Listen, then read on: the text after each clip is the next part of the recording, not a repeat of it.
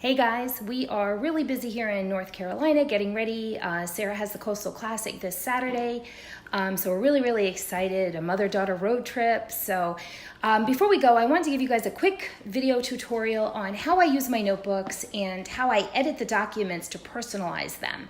So this is an easy way that you can edit it without having to spend money on an Adobe PDF editor if you don't have one. So this tutorial is specifically for Microsoft. So Word. Here you can see a notebook that I have for David. I have the Mario notebook covers on my blog, and so I printed it out, but I went ahead and put his name in first, and so we use these for school. I find these to be really strong and they last us the year, but he prefers these, so you can actually just slip it into the front.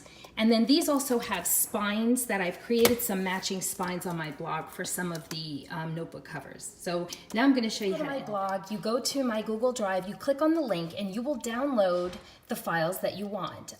So I don't require any membership or any email, but I do ask that you do have people come to my blog to download the files. So this is what you'll get. You'll get a PDF. So I created for David a Pokemon PDF, which will be on my blog at some point. I haven't posted it yet. And so what you get is the notebook cover with no name in the label, so you're like, okay, how do I do that? So if for those of you who have a Mac, you can just right click and open with Preview, and then Preview has something where you can view the taskbar, but this tutorial is specifically for Word. So now you're going to open up Word, and you're just going to open up a blank document. New blank document. So I like to set my margins at 0. So I go to the layout, you're going to keep it as portrait, and your margins, I just do zero margins. So now you have your background. So what I do is I just drag and drop the PDF document to the back of the page. And so now you have your PDF document as your background, which is perfect. That's exactly what we want. So now you just format the picture, which I always format it. I know people have trouble in layering. It's under layout. You hit behind text. I have never had a problem. This document was originally created in a Word, and as you can see the layers here, I have no problems layering. I don't know why people have trouble with it, but I don't. So now you click the home, and so now your document is ready to edit. So what you're going to do is you're just going to click on your text box, and here you can size up your text box to any size you want.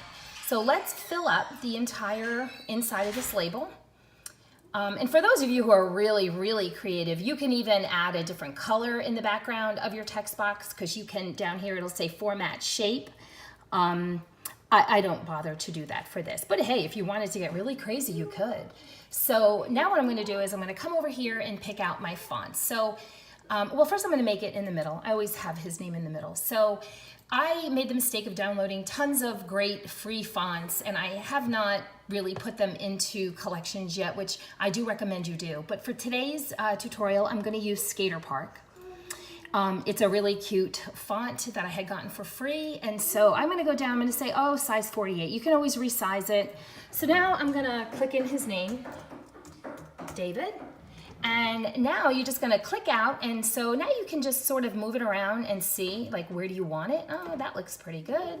You stand back, you look, oh, that's perfect. So that really is perfect. So I'm now up here, I just hit File and Print. You can save this, or you can go ahead, if you have more than one boy, just type in the next name once you print, and you hit Print, and that's what's going to print, and you can see that it looks very professional. So I'm going to cancel because I'm not going to print this and I'm not going to save this file. But if you wanted to, you could. So I'm actually going to cancel this out, and I'm going to show you what I do for, let's say, another one. I can cut the background out, and let's say I wanted to do one for my daughter. So I have this one here. It's a girl's chevron cover. It's really cute. I love colorful things, and boom, here's one for the girls. And you would do the same thing. You would then just click on the text box and size this any way you wanted for your child or for yourself. This would make a great teacher's cover. You can even use this as dividers. Oh, I don't know why it did that. Let me go back here. Oh, I know why. Because I didn't format my picture. All right, behind text, and there you go. Now my text box can go in.